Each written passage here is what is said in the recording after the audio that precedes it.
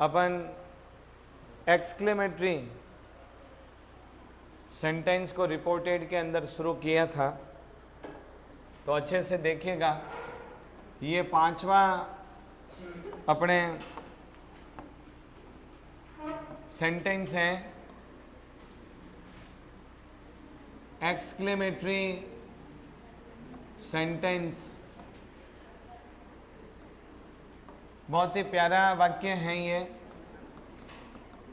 विस्मय बोधक वाक्य। साथ में मैंने आपको वाक्यों की जानकारी भी करवा दी कि वाक्य किस प्रकार के होते हैं, ये मैंने जानकारी आपको करवा दी। ये 5वां सेंटेंस की अपन लोग बात कर रहे हैं। एसेटिव कैसा होता है मैंने बता दिया, इंट्रोगेटिव सेंटेंस कैसा होता है आपको अच्छे से बता दिया, इम्पेरेटिव सेंटेंस क्या होता है, इससे क्या काम होता है ये बता दिया, ऑप्टेटिव सेंटेंस किसे कहते हैं, किससे प्रारंभ होता है, क्या क्या चीज़ें इससे बताई जाती हैं वो मैंने आपको बता दी। अब अंतिम अपना है एक्सक्लेमेटरी सेंटेंस। प्यारे विद्यार्थियों, रिपोर्टेड के साथ साथ मैंने आपको वाक्य का ज्ञान भी करवा दिया। तो ये जो ग्रामर है कड़ी से कड़ी जुड़ी हुई है, एक टॉपिक पढ़ेंगे तो दूसरी चीज़ें भी अपने साथ में होती रहेगी। अपन ने रिपोर्टेड को पढ़ा, लेकिन इसमें टेंस का भी ज्ञान अपन लोग प्रयोग किया।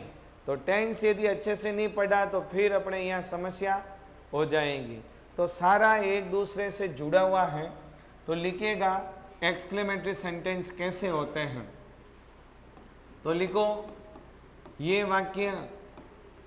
वाक्य जो एक्सक्लेमेटरी सेंटेंस है, ये वाक्य,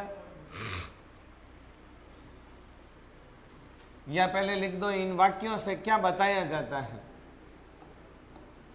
इन वाक्यों से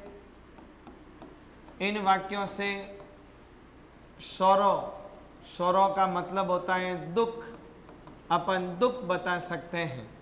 इन वाक्यों से अपन दुख बता सकते हैं। सरप्राइज, इन वाक्यों से अपन सरप्राइज बता सकते हैं, या अपन वंडर कहते हैं।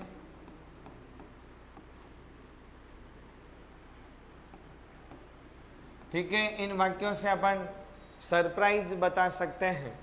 और इन वाक्यों से क्या बता सकते हैं, तो देखो खुशी, मतलब इन वाक्यों से अपन लोग जॉय बता सकते हैं, खुशी बता सकते हैं इन वाक्यों से।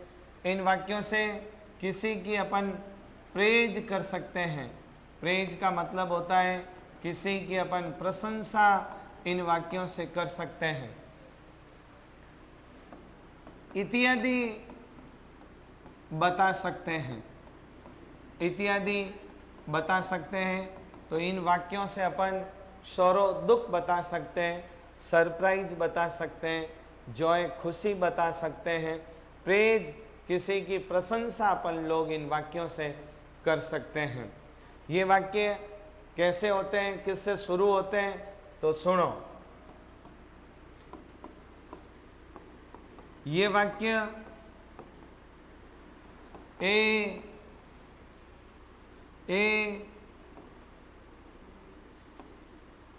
ओ अलास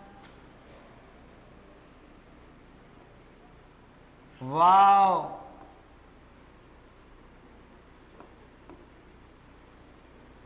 हुर्रो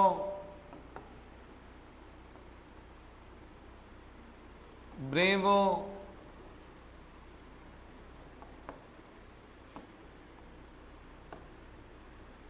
वेल डन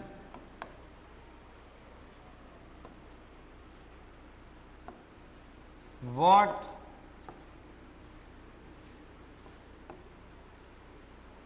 हाउ से इत्यादि से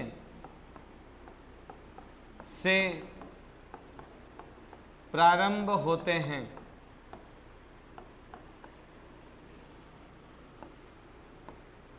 इनके साथ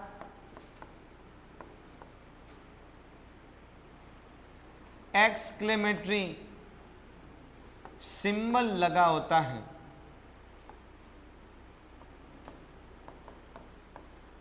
एक्सक्लेमेटरी सिंबल कैसा होता है? ये ऐसा।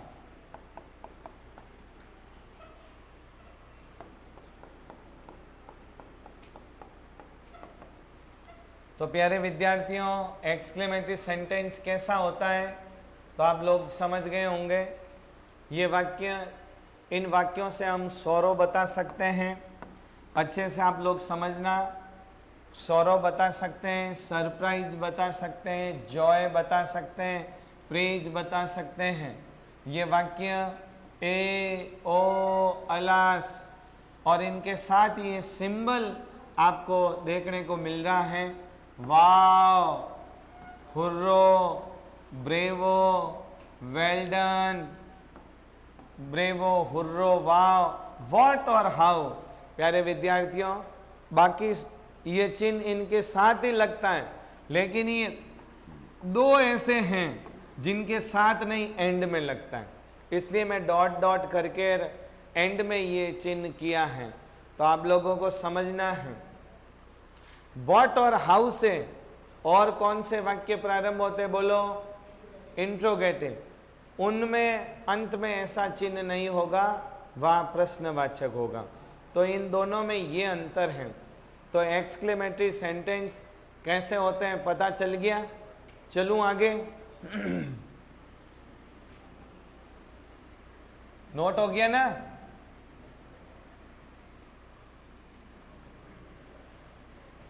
ये दुखी भी ऑटो ही कर देता है। पेज तो ऐसे ही नया आ गया। चलो अब लिखो रूल, नियम, या पहले लिख दो जब रिपोर्टेड स्पीच में, जब रिपोर्टेड स्पीच में एक्सक्लेमेटरी सेंटेंस आए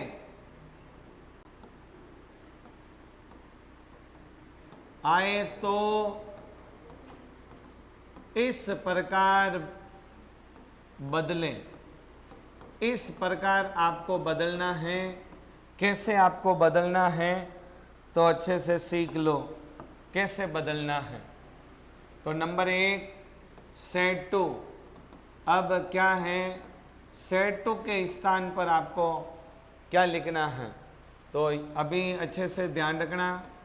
ए ओ अलास यदि आए, कई बार ऐसे भी आता है ए ओ अलास के साथ माई गॉड भी आता है। हे गॉड, हे या माई गॉड भी बोलते हैं। तो यदि ए ओ अलास आए तो आपको सेट टू के स्थान पर लिखना है एक्सक्लेम्ड।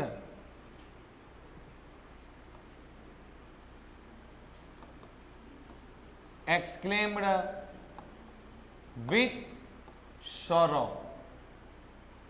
क्योंकि ये तीनों किसको बताते हैं बेटा? दुख को बताते हैं। इसलिए इसके स्थान पर यदि वाक्य ए ओ अलास से शुरू हो तो आपको क्या लिखना है? एक्सक्लेम, EXCLAIMED है। यदि मेरा वाक्य ए ओ अलास से शुरू नहीं हो तो हुर्रो से हो, हुर्रो से या वाव से शुरू हो तो आपको क्या लिखना है? Exclaimed with Joy. क्या लिखना है? Exclaimed with Joy. हुर्रो से अपन जॉय, खुशी को बताते हैं।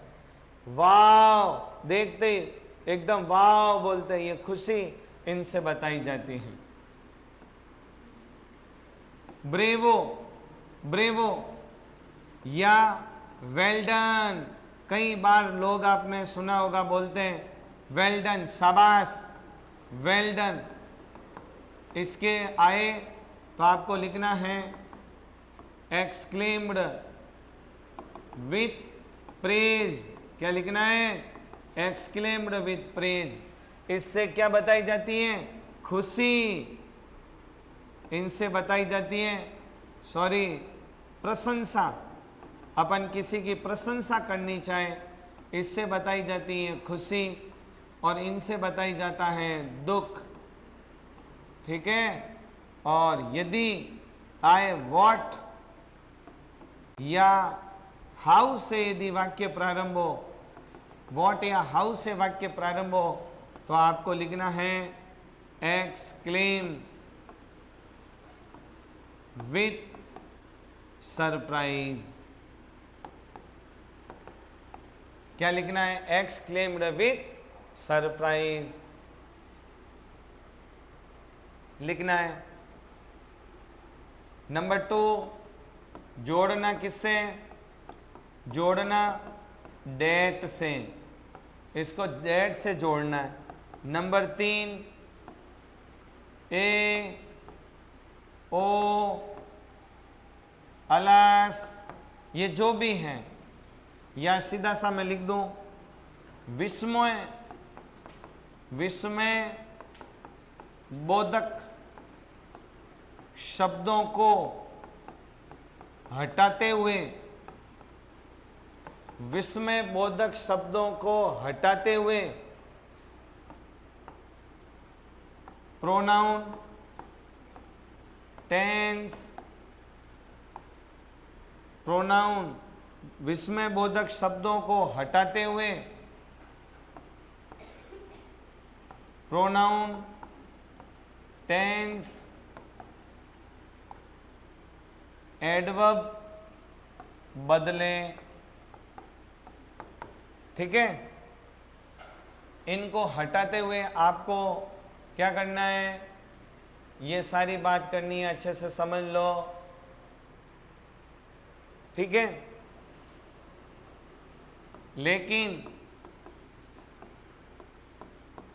लेकिन व्हाट या हाउ से प्रारंभ वाक्यों को इस प्रकार एक वाक्य बनाएंगे। एक वाक्य बनाएंगे कैसे? सबसे पहले लाएंगे सब्जेक्ट, प्लस लिखेंगे वॉज या वर, फिर वेरी लिखेंगे, तो वेरी के साथ एडजेक्टिव आएगा और एडजेक्टिव के साथ नाउन आएगा। और यदि अपन ग्रेट लिखेंगे, ग्रेट लिख सकते हैं, बिग लिख सकते हैं, स्ट्रेंज लिख सकते हैं, लवली लिख सकते हैं, इनके बाद आएगा नाउन। ऐसा एक वाक्य बनाना है। पहले अच्छे से लिख लो, फिर समझाता हूं।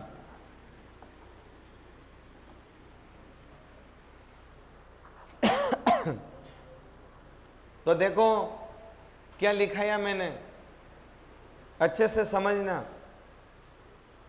अच्छे से समझना। क्या लिखाया मैंने? जब क्या लिखाया? जब रिपोर्टेड स्पीच के अंदर का जो ये इन्वर्टेड कॉमा है, वहां पर यदि एक्सक्लेमेटरी सेंटेंस आए तो आपको क्या करना है? कैसा होता है एक्सक्लेमेटरी सेंटेंस? तो देख लो। यदि ए ओ अलास से प्रारंभ हो तो आपको एक्सक्लेम्ड विथ सोरो लिखना।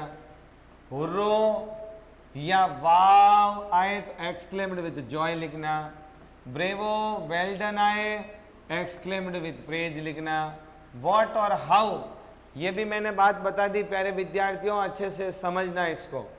आप लोगों ने पहले इसको नहीं पढ़ा है तो भाई नया आपके लिए, तो देखो पहली बार कोई भी चीज़ देखते हैं तो थोड़ा समझने में मतलब मुश्किल लगता है, लेकिन एकदम बिल्कुल क्लियर करवाऊंगा आपके, कोई दिक्कत ही नहीं है, बिल्कुल नोट हो जाएगा, उसके बाद बार बार पढ़ेंगे याद हो जाएगा। ये जो वर्ड है इनके अलावा भी कुछ वर्ड है, इसलिए मैं लिखता हूँ इत्यादि। इत्यादि का मतलब है हो सकता है एक दो और भी, लेकिन रूटीन के अंदर यही ज़्यादा वर्ड चलते हैं। इन सब के साथ ये साथ ही लगता है, सबसे महत्वपूर्ण बात है ये साथ ही, लेकिन इनका मैंने देखो डैश डैश करके फिर लास्ट में लिखा है, ठीक है। इसको डेट से ही जोड़ना है और विस्मय बोधक शब्दों को हटाते हुए, ये जो भी विस्मय बोधक, ये सारे ये विस्मय बोधक शब्द है, ये ए ओ अलास, ये सारे विस्मय बोधक शब्दों को हटाते हुए, हटा दो, इनका काम नहीं है। क्यों हटाना है प्यारे विद्यार्थियों? क्योंकि इनकी जगह पर ये आ गए, ये दुख बताने वाले थे लेकिन अपन ने दुख ले लिया।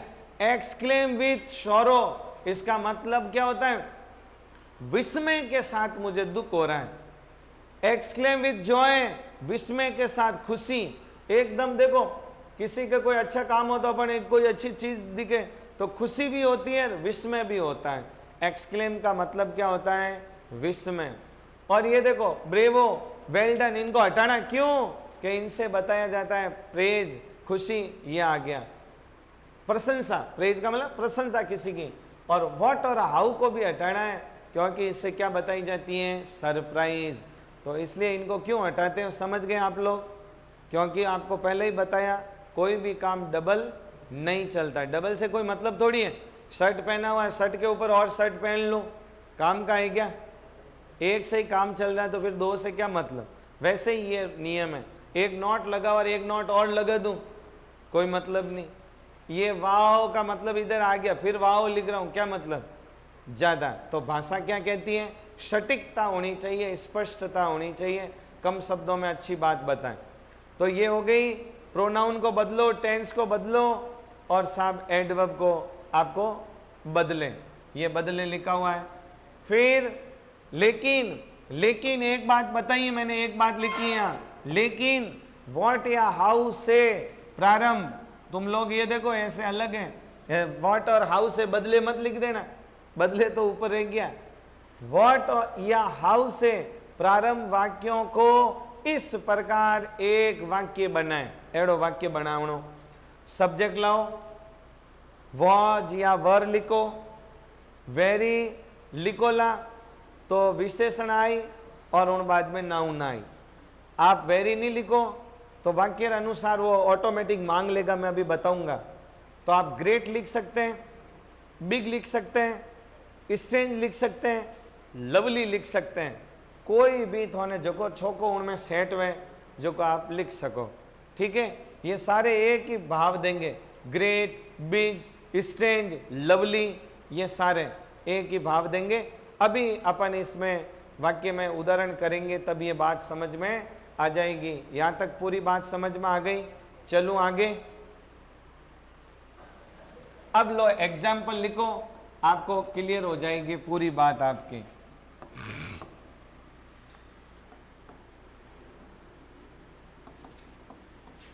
He said to me, he said to me, alas,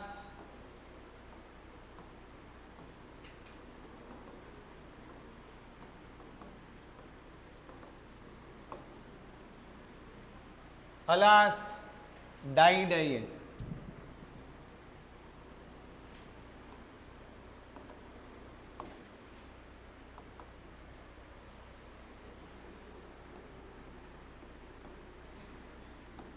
She said to me,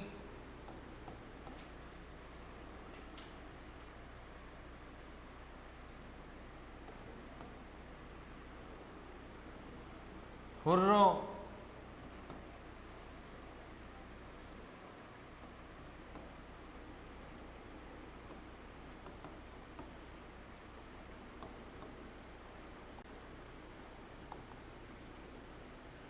India win the match.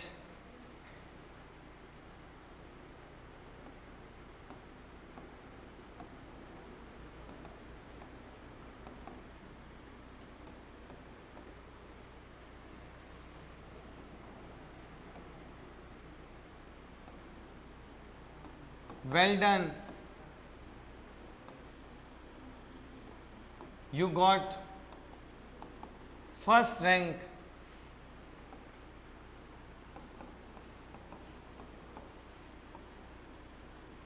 in the class.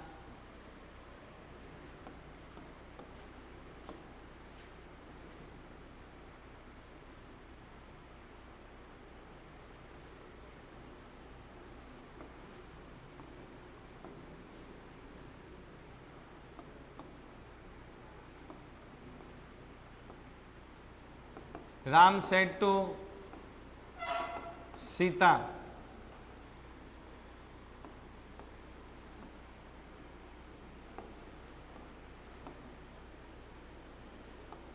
what a beautiful scene is.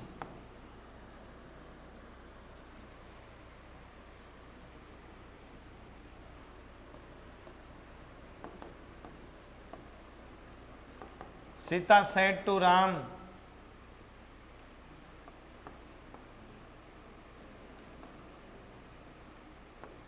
what an idea. ये 5 वाक्य मैंने आपको दिए हैं, जो भी है इन वाक्यों से अपनी बात हो जाएगी क्लियर। पूरा अपन एक्सक्लेमेटरी सारे एक एक हर तरीके का आपको एक एक उदाहरण दे दिया, इनसे अपन लोग अच्छे से इसकी बात को क्लियर कर जाएंगे।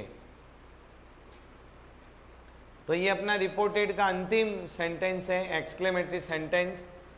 जो भी कोई विद्यार्थी नया है, बिल्कुल प्लेलिस्ट में सारे वीडियो पड़े हैं, आप घर बैठकर आराम से जब भी आपको टाइम मिले आप लोग उनको देखें। कोई चीज़ समझ में नहीं आए वापस पुनः उसको देखें, बार बार देखें। डिजिटल का यही फायदा है कि एक बार आपको समझ में नहीं आए आप पुनः देख सकते हैं, दूसरी बार देख सकते हैं।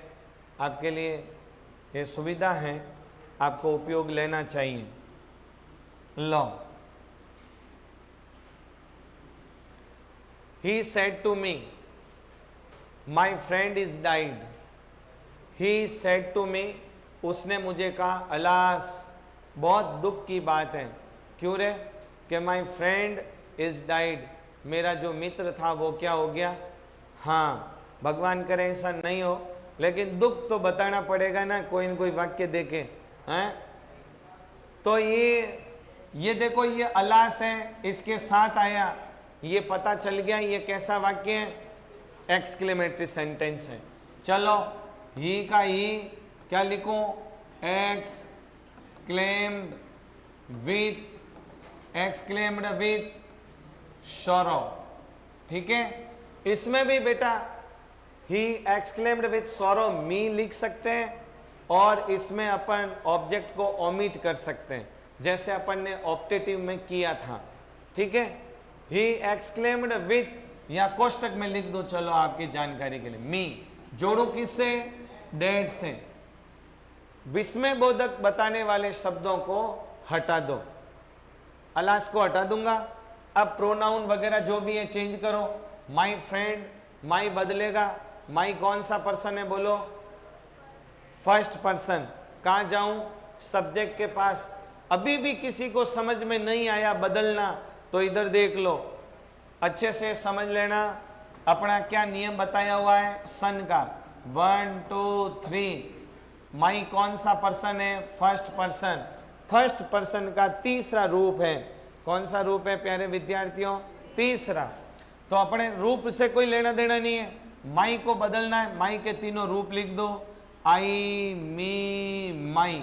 अब नियम क्या कह रहा, किसके पास जाऊं, सब्जेक्ट। सब्जेक्ट कौन है, ही के तीनों रूप लिख दो, ही, हिम, हिज। बोलो, माई की जगह पे क्या आएगा, क्या आएगा, समझ में आ गई बात। तो बस ये रूप है तो ये लो, ये है तो ये लो, ये है तो ये लो। जो रूप होगा उसको आपको लेना है। ठीक है, ओरल बता दिया, लिख के बता दिया। अभी भी किसी को कोई दिक्कत है पूछ सकता है भाई, लेकिन अब कमजोर मत रहना।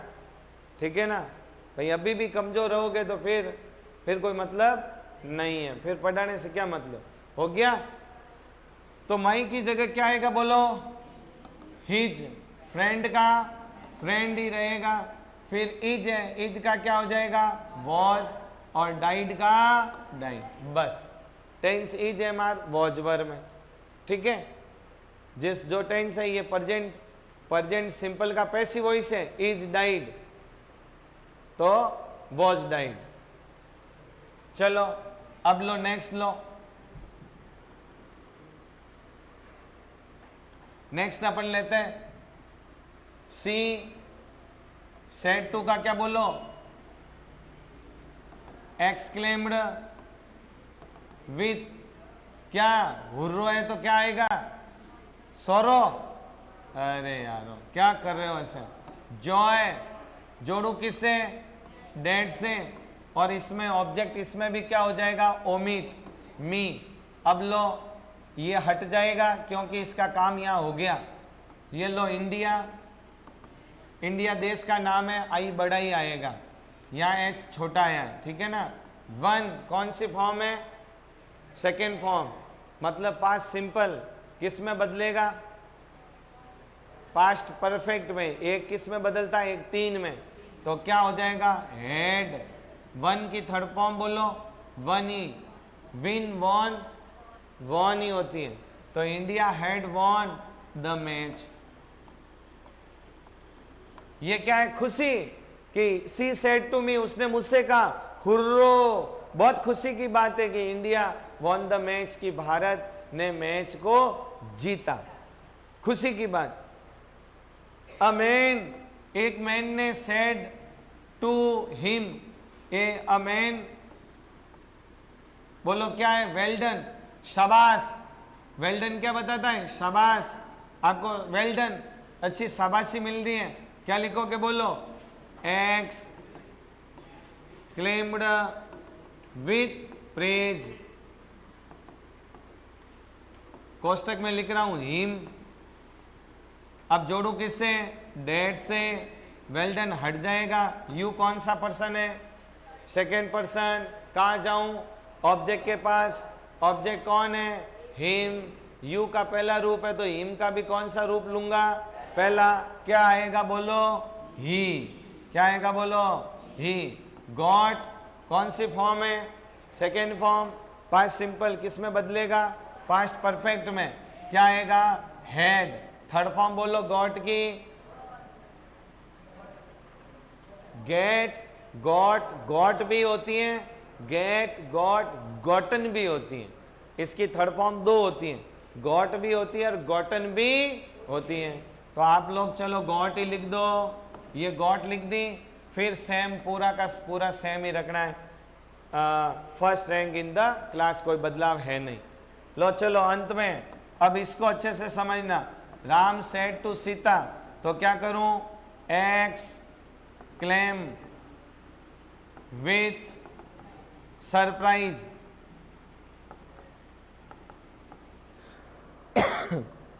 लो कोष्टक में लिख दिया, क्या सीता, लिखो या मत लिखो कोई जरूरी नहीं, जोड़ू किससे, डेट से। अब आपने एक वाक्य बनावनो है, केड़ो वाक्य बनावनो रे भाई, कैसा वाक्य बनाना, सुनो, कहाँ गया भाई, ये रहा, ऐसा वाक्य बनाना है। कैसा, ये ऐसा, ऐसा वाक्य बनाना है। ऐसा वाक्य आपको बनाना है, पहले सब्जेक्ट लाना है, फिर वॉज या वर लगाना है, फिर आपको वेरी या जो वाक्य में कैसा लगे, अब देखते हैं क्या सेट होता है, वो लगाएंगे अपन। तो Ram exclaim with surprise, Sita that what a beautiful scene is, what a beautiful scene is, कि कितना सुंदर दृश्य हैं, कितना सुंदर दृश्य है। तो इसमें अब निकालो सब्जेक्ट कहाँ है, सब्जेक्ट, सब्जेक्ट इसमें सीन है। अपन यदि सीन लिखेंगे, माना कि सुनो, सीन वॉज वेरी ब्यूटीफुल, ऐसे भी लिख सकते हैं, लेकिन वेरी ब्यूटीफुल ऐसे भी लिख सकते हैं, और अपने मन से इसमें मान सकते हैं सब्जेक्ट को, इट, क्या मान सकते हैं, इट। तो देखो भाव आता है कि नहीं, भाव वही आना चाहिए, what a beautiful scene is, it, is है तो क्या हो जाएगा, वॉज, हो नहीं हो तो भी वॉज या वर ही लेना है, इट वॉज। अब ये सुंदर है, बहुत सुंदर है, तभी तो अपन व्हाट का प्रयोग कर रहे हैं, तो it was very beautiful scene. It was very beautiful scene. समझ में आ गया? ऐसा वाक्य बनाना है। ये लग गया, देखो सब्जेक्ट वॉज या वर, ये वेरी, वेरी के बाद ये एडजेक्टिव और बाद में नाउन। एडजेक्टिव के बाद क्या आया? नाउन। तो it was very beautiful scene. और आप इन्हें एक दूसरो तरीको यूं भी कह सको, सीन वॉज वेरी ब्यूटीफुल। ठीक है, दो ही तरीका आप इन्हें कह सको, सीन वॉज वेरी ब्यूटीफुल, कि दृश्य था वो बहुत ही सुंदर था। लो नेक्स्ट,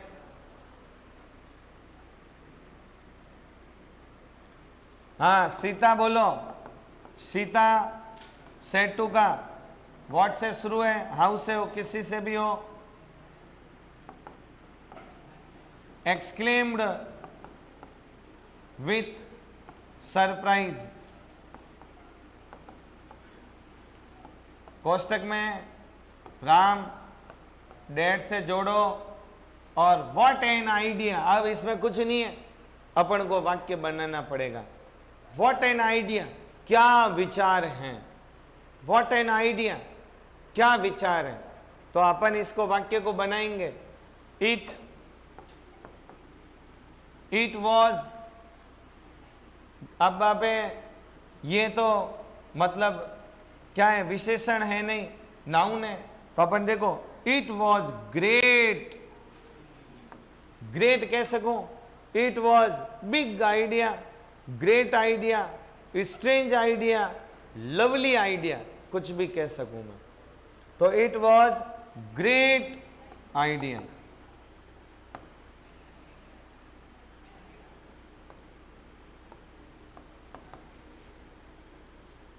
तो लो, it was great idea, it was an great idea.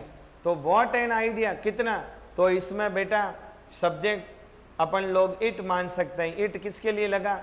उसके लिए। किसके लिए? किसके लिए लगा? आइडिया के लिए। और वो देखो क्यों जुड़ियो? बी वर्ब से।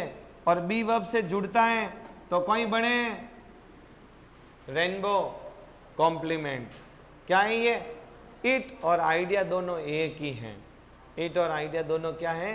एक ही है। तो मैं आगे लाके आइडिया को भी कह सकता हूँ, आइडिया वॉज ग्रेट, लेकिन ऐसे अच्छा लगता है, it was great an idea. Okay, लिखो। तो ये 4-5 वाक्य देके मैंने एक्सक्लेमेटरी आपको अच्छे से समझा दिए। इसमें आपको कोई दिक्कत हो तो बोलो, कोई समझने में आपको कोई समस्या आ रही है तो आप पूछ सकते हैं मुझे। कुछ नहीं करना है, आपको जैसा है वर्ड है वैसा आपको एक्सक्लेम्ड विथ लगाना है, डैट से इसको जोड़ना है। प्यारे विद्यार्थियों, डैट से वही वाक्य जुड़ते हैं जो दोनों समान हो। दोनों वाक्य क्या हो? समान हो, वही वाक्य डैट से जुड़ते हैं। सारे वाक्य डैट से जुड़ते नहीं हैं। अपन ने कई वाक्य डैट से जोड़े, कई इफ से जोड़े, कई टू से जोड़े, ठीक है। और बाकी ये 3-4 ही चले अपने जोड़ने के काम में आए हैं। तो ये एक्सक्लेमेटरी सेंटेंस भी अपन लोग इसको डैट से जोड़ते हैं और सेटू के स्थान पर जैसा भाव है वैसा अपन exclaimed with joy, exclaimed with surprise, exclaimed with praise, exclaimed with sorrow, इनमें से अपन कोई भी एक जैसा है वैसा लिखेंगे और उन विस्मयबोधक शब्दों को अपन लोग हटा देंगे। क्यों हटा देंगे? क्योंकि उनका काम हो गया। अलास, देखो, he said to me alas my friend is died. उसने मुझसे कहा, अलास ये वर्ड दुख को बताता है, बहुत दुख की बात है कि मेरा मित्र है वो मर गया। ही एक्सक्लेम्ड विथ सॉरो, उसने विस्मय के साथ दुख प्रकट किया, विस्मय के साथ कि उसका फ्रेंड है जो कि मर गया। तो ये अलास जो है दुख को बताता है, हुर्रो है, वेल्डन है, ये सारे। लेकिन देखो ये मैंने बोला व्हाट के साथ नहीं लगता है, एंड में लगता है। बस ये आपको मैंने वहां पे भी लिखाया और यहाँ पर भी लिखा दिया। इसी व्हाट के साथ यदि चेंज कर दूं सिंबल तो दूसरा वाक्य बन जाएगा कौन सा? इंट्रोगेटिव। ओके, तो ये अपना रिपोर्टेड स्पीच जो था आज कंप्लीट होता है। एक नोट लिख दो और अगला अपन पढ़ते हैं।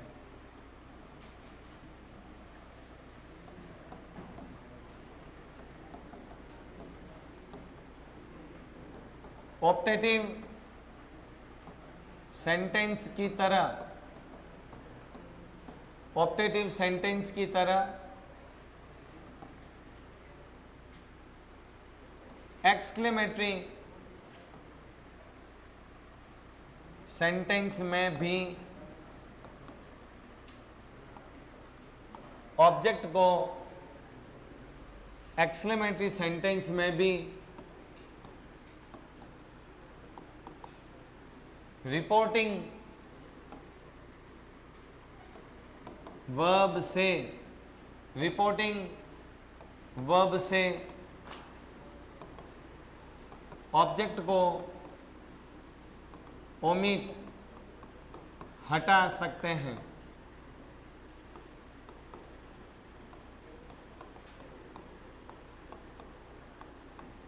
ठीक है, ये आपको मैंने नोट लिखा दिया।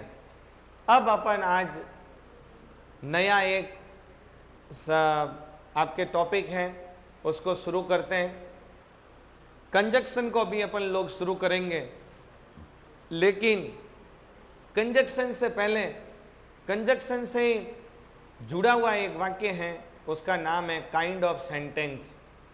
वाक्य के प्रकार वो मात्र उस कंजक्शन के साथ ही हो जाएगा, बिल्कुल। तो वहां से अपन शुरू करते हैं ताकि अपना दोनों काम हो जाएगा, कंजक्शन भी हो जाएगा उससे और अपने काइंड ऑफ सेंटेंस भी हो जाएगा। तो लीजिए चलते हैं अपन अगले वाले पेज पे। चलो लिखो नए पेज से, नया काइंड्स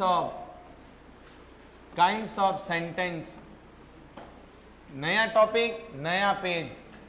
काइंड्स ऑफ सेंटेंस, वाक्य के भाग। अरे भाई, वाक्य के भाग अपन कई प्रकार से पढ़े रहे। वाक्य के काइंड यानी वाक्य के प्रकार, वाक्य के प्रकार। तो वाक्य के प्रकार अपन कई प्रकार से पढ़े हैं।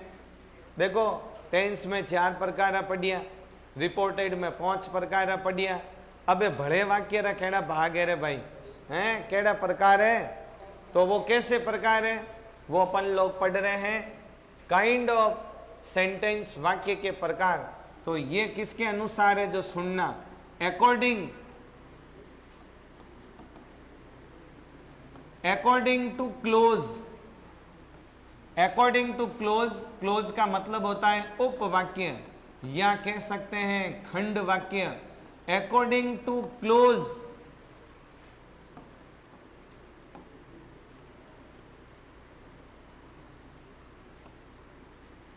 अकॉर्डिंग टू क्लोज, क्लोज के अनुसार सेंटेंस 3 प्रकार के होते हैं।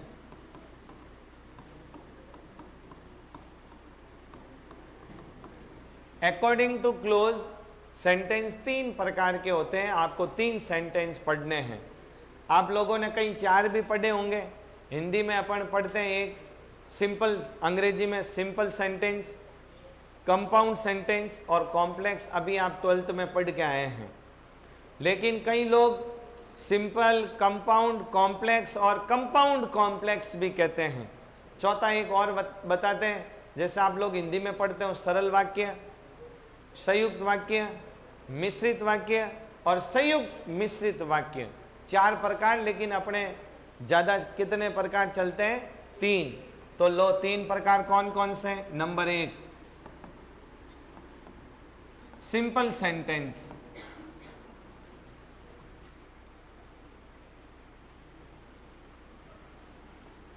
सिंपल सेंटेंस, इसको अपन कह सकते हैं सरल या साधारण वाक्य कह सकते हैं। इसको अपन क्या कह सकते हैं? सरल वाक्य या साधारण वाक्य कह सकते हैं। ये कैसा होता है? अभी तक अपन ने जो पढ़े वो सारे सिंपल सेंटेंस ही हैं। ठीक है क्या? तो लिखो जिसमें जिसमें केवल एक फाइनाइट वर्ब हो। फाइनाइट का मतलब क्या होता है? सकर्तक। जिसमें केवल एक फाइनाइट वर्ब हो, अर्थात सब्जेक्ट प्लस प्रेडिकेट।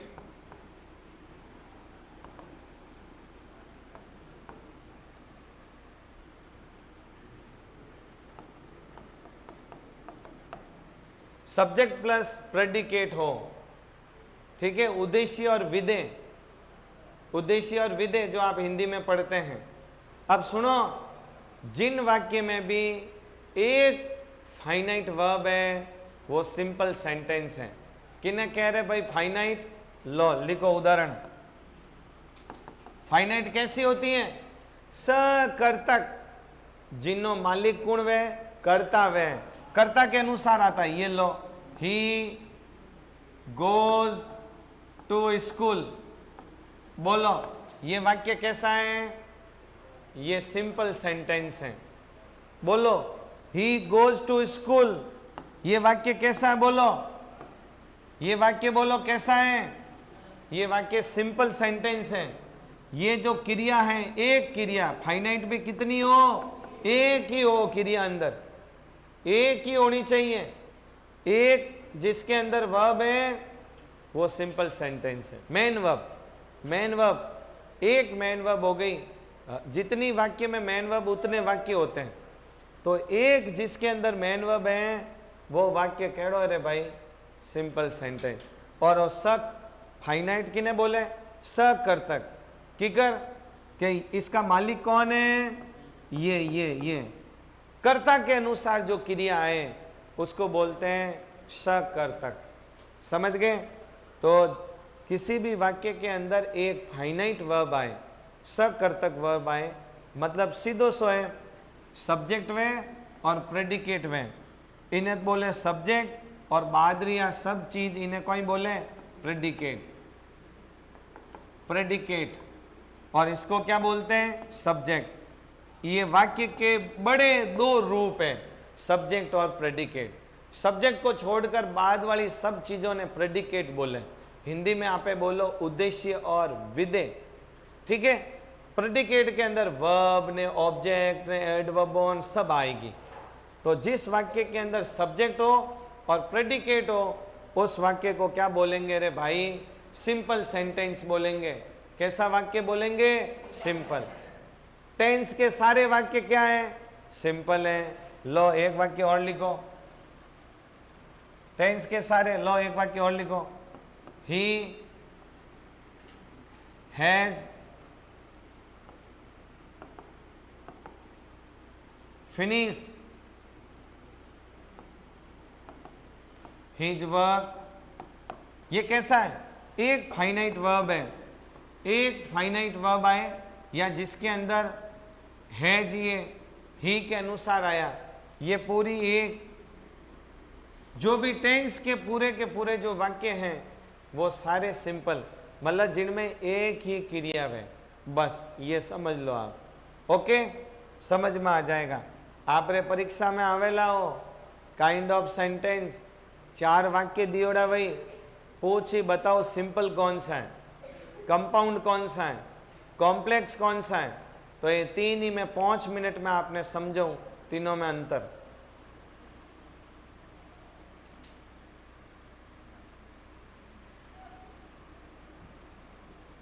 लिखो दूसरा वाक्य, कंपाउंड सेंटेंस।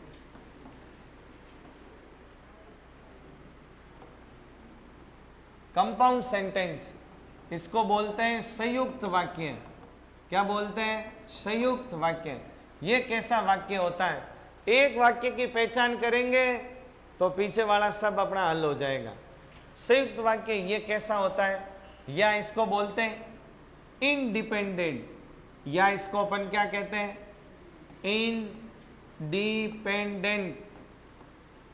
इंडिपेंडेंट का मतलब क्या होता है? स्वतंत्र। ये स्वतंत्र होता है। इंडिपेंडेंट का मतलब क्या होता है?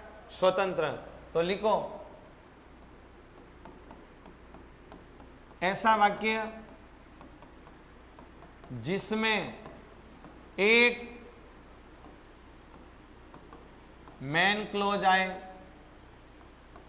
एक तो मेन क्लोज आए, ऐसा वाक्य जिसमें एक मेन क्लोज व एक से अधिक कोऑर्डिनेट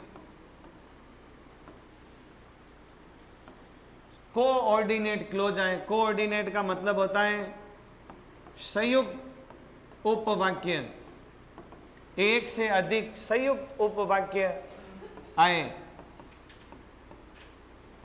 ये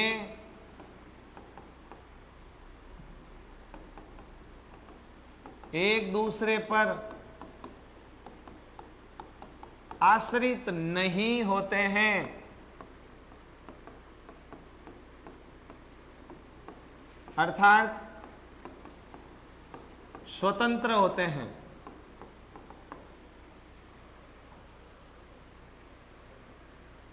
आ तो एनी परिभाषा जकी थोड़े परीक्षा में कोई नहीं पूछे, ठीक है। आ तो जानकारी बताइयो, पूछेंगे नहीं।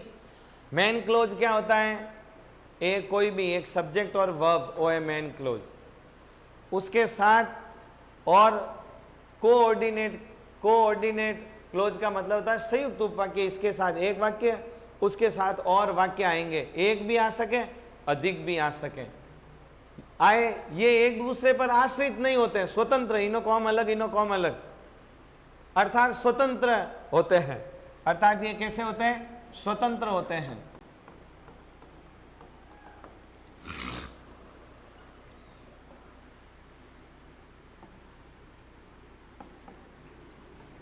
कंपाउंड सेंटेंस 4 भागों में बांटे जाते हैं। 4 भागों में इनको बांटा जाता है। इन कंपाउंड सेंटेंस को 4 भागों के अंदर बांटा जाता है। सबसे पहला भाग नंबर 1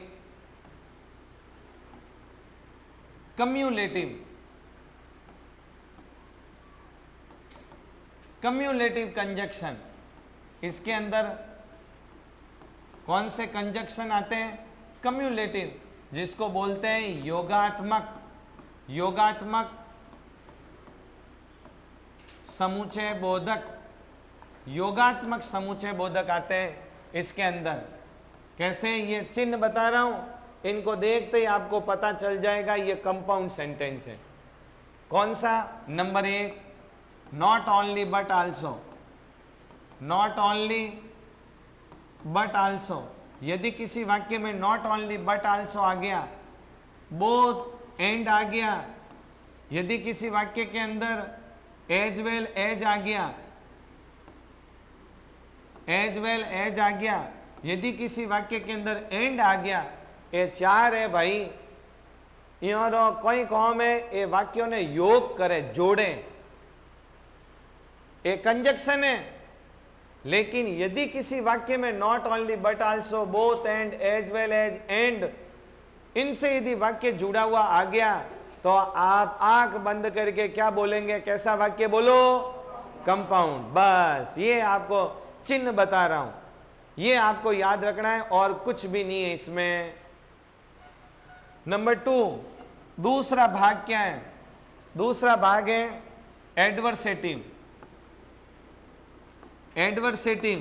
और फिर इनको अपन डिटेल से पढ़ेंगे, ये कंजक्शन आगे आएंगे।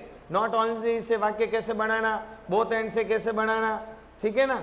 अभी अपन अपना जो काम है काइंड ऑफ सेंटेंस की बात कर रहे हैं, तीनों वाक्य पहचान कर रहे हैं, फिर इनमें से कंजक्शन निकालेंगे और उनका प्रयोग सीखेंगे। एडवर्सेटिव कंजक्शन, ये कुछ ऐसे कंजक्शन मैं आपको बता रहा हूं, ये कैसे होते हैं? विरोध बताते हैं, विरोधात्मक समुच्चय बोधक। ये कैसे रे? ये विरोध बताने वाले कौन कौन से लिखो, ताकि आपको पता चले कि ये विरोध बताने वाले कौन कौन से हैं। तो याद रखना, वाइल,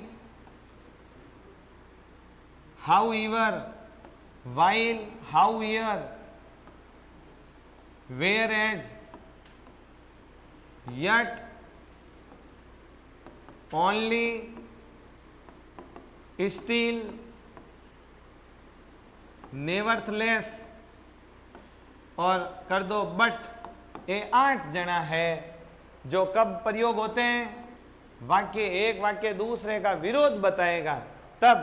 लेकिन आपको दूसरी टेंशन नहीं करनी, आपको तो ये 8 याद रखने हैं कि जब भी किसी वाक्य में 8 में से कोई एक भी आ जाए, वो वाक्य कैसा है बोलो, कंपाउंड। बस पहचान करवा रहा हूं, साथ में बता रहा हूं कि ये कंजक्शन कैसे हैं।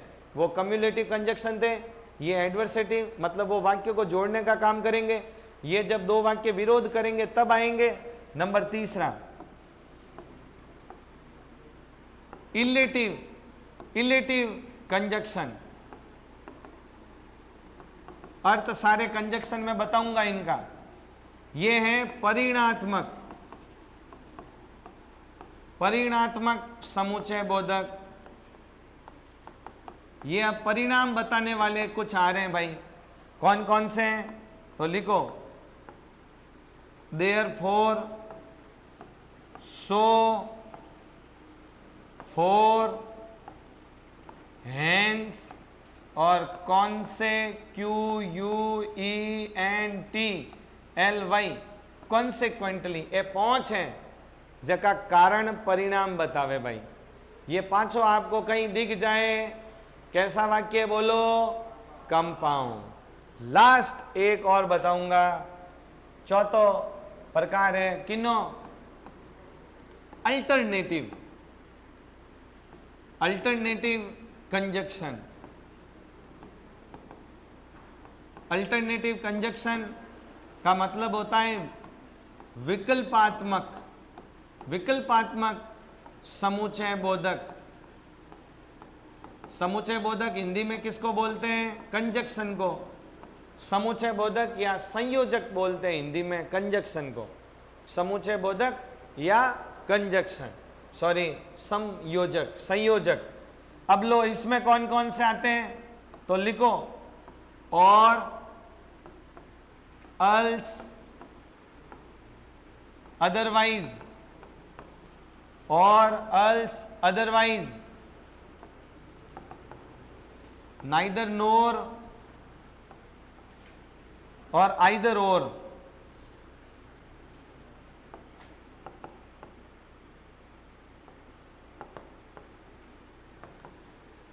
ये लो साहब, ये टोटल 21 हैं।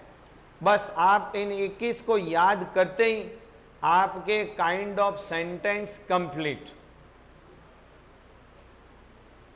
अब इनको एक सूत्र में 21 ही मैं दे रहा हूं, बस वो सूत्र आपको याद रखना है। समझ रहे हो, लिख लो। तो कंपाउंड सेंटेंस की ये पहचान है। आप लोग हिंदी में पहचान रखते थे कि और, तथा, वो, ये आए तो वो वाक्य है, ये आए तो वो वाक्य है। वैसे ही मैं आपको 21 कंजक्शन दिए हैं।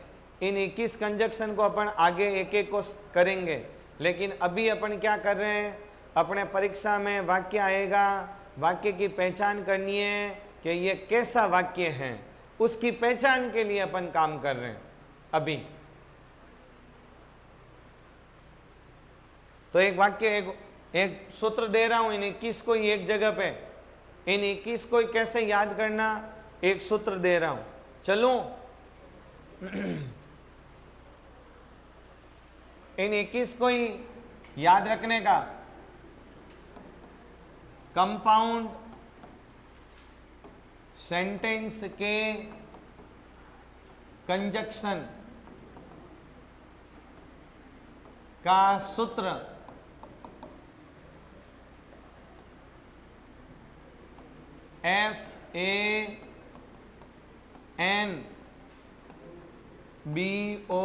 FANBOYSH। ये फैन बॉय आपको याद रखना है सूत्र, और इसके अंदर ये 21 दिए वो सारे आ जाएंगे। एप भली थे छोटे मोइनू लिख सको।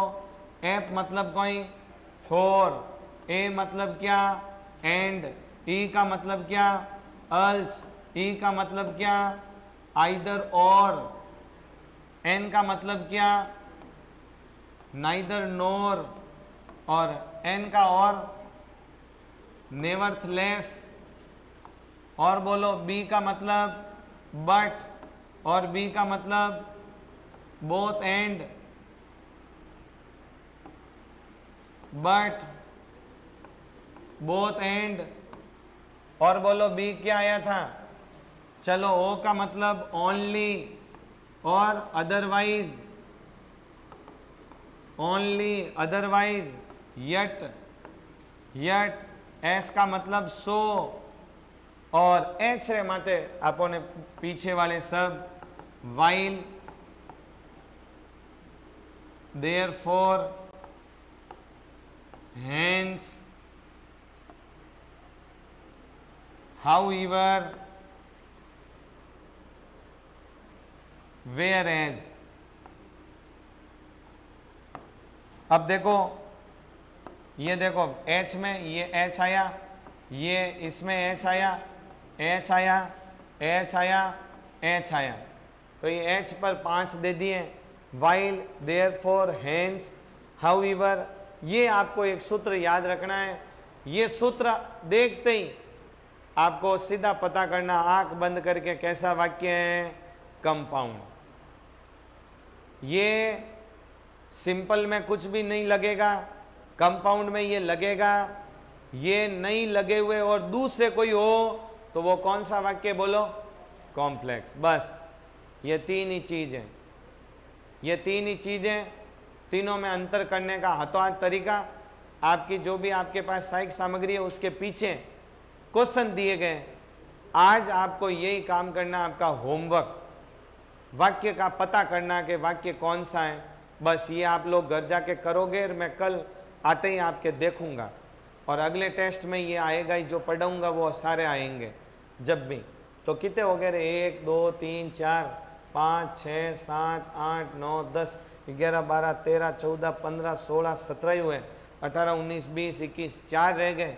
4 कौन कौन से रह गए, देखो, एक तो रह गया होगा कॉन्सिक्वेंटली, उसको छोड़ो, और बोलो एज वेल एज, बिल्कुल लोसा आटे गालो इन्हें, एंड, अल्स, आइदर और ओलो, एज वेल एज, और बोलो, और कौन सा रह गया, हाँ और कहाँ गया, शाबाश, ये देखो, और ये 18 19 हो गए, हाँ स्टिल, ये रहा 100 और ये रहा स्टिल, और बोलो बस, बस कॉन्सिक्वेंटली का सी कहीं आ नहीं रहा है, उसको छोड़ो। ये 20 हो गए। अब सुनो, मेरा ये बताने का क्या उद्देश्य, प्यारे विद्यार्थियों, इधर ध्यान दो। ये मैं चाहता तो ये एक सूत्र दे के भी काम चला लेता, 20 लिखा देता, ये आए तो कंपाउंड, नहीं आए तो कॉम्प्लेक्स। लेकिन इससे पहले मैंने ये बात क्यों लिखाई, ये बात मेरा लिखाने का क्या उद्देश्य था, तो वो सुनो। ये मैंने लिखाया कि इन 20 में से ये 5 है वाक्यों को जोड़ते हैं, ये ऐसे 8 हैं जो वाक्य विरोध बताएंगे तो काम आएंगे, ये ऐसे हैं 5 जो कारण परिणाम को बताते हैं तब आते हैं, ये ऐसे विकल्प लेना, 2 चीजें 2 मुंह कोई एक, विकल्प वाला वाक्य हो तो ये भरते हैं। ये इसलिए मैंने लिखाया क्योंकि अब आगे अपन को क्या करना है, कंजक्शन, कंजक्शन, इसलिए मैंने ये 500 लिखा है, क्योंकि वहां वापस आने वाले हैं, तो यहाँ पढ़ा हुआ होगा तो अपन को पता चलेगा। चलो लास्ट बात लिखते हैं, क्या, ये देखो, इन्हीं को अपने 20 में फैन बॉय सूत्र याद रखना है। बस ये याद रखते ही काइंड ऑफ सेंटेंस आपका कंप्लीट, एक सूत्र से, समझ गए, एक सूत्र से आपका काइंड ऑफ सेंटेंस कंप्लीट। ये आए कंपाउंड, ये नहीं है कोई दूसरा कनेक्टिव, कॉम्प्लेक्स, कनेक्टिव नहीं, सिंपल। अब तो भी कॉम्प्लेक्स की परिभाषा लिख दो, कोई भी हो, हैंग बरीजिया,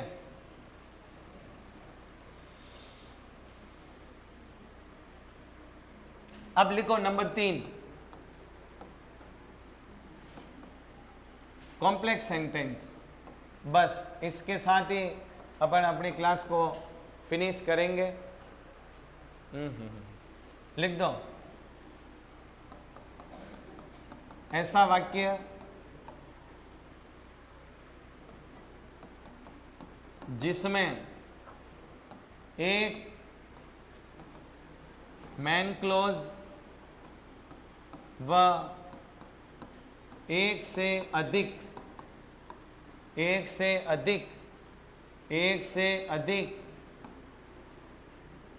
सबऑर्डिनेट क्लोज हो। सबऑर्डिनेट का मतलब होता है आश्रित उपवाक्य हो।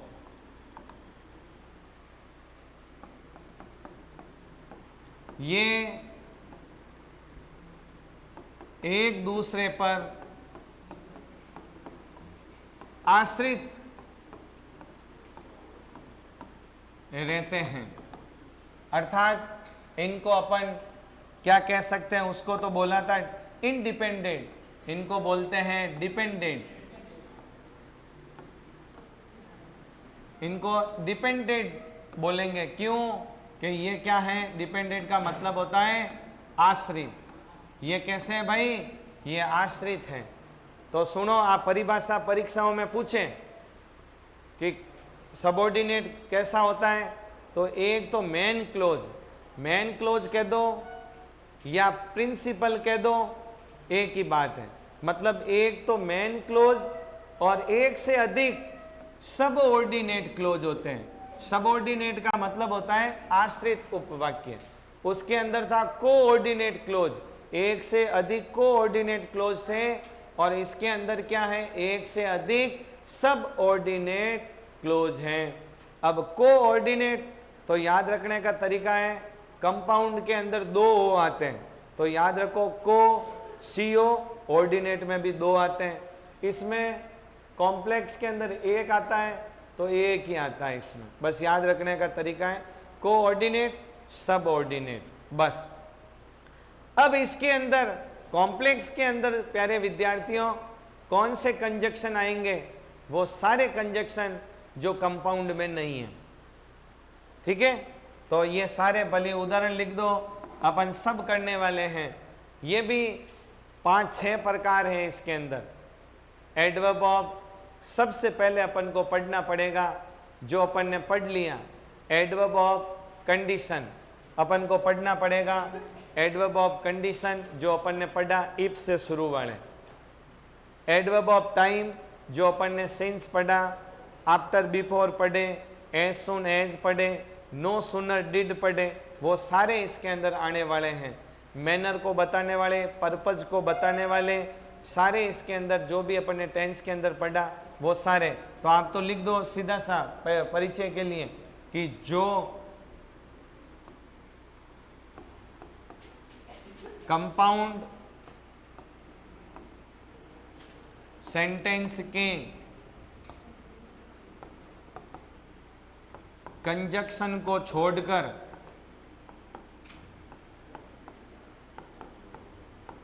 शेष सभी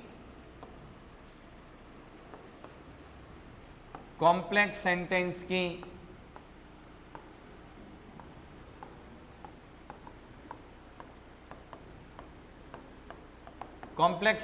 की पहचान है।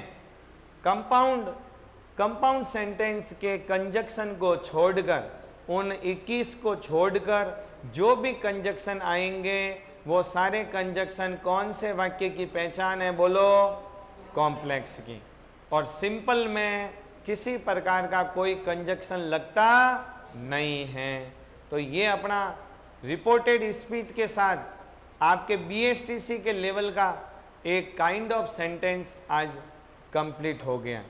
वाक्य की पहचान, आपका होमवर्क क्या है, बोलो जो आपकी साहित्य सामग्री है उसके पीछे प्रैक्टिस दी हुई है, वो प्रैक्टिस आज आपको घर जाके करनी है।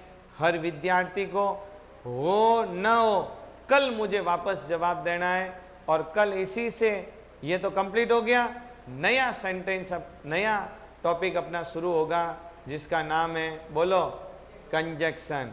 इसी में से उसी का भाग है ये तो पूरा लेंदी टॉपिक है, जिस 12th में था आपके, सिंथेसिस कह दो, ट्रांसफॉर्मेशन कह दो, ठीक है ना। उसी में से अपन निकाल के बाहर निकालेंगे किनको, कंजक्शन को, और एक एक की बात करेंगे।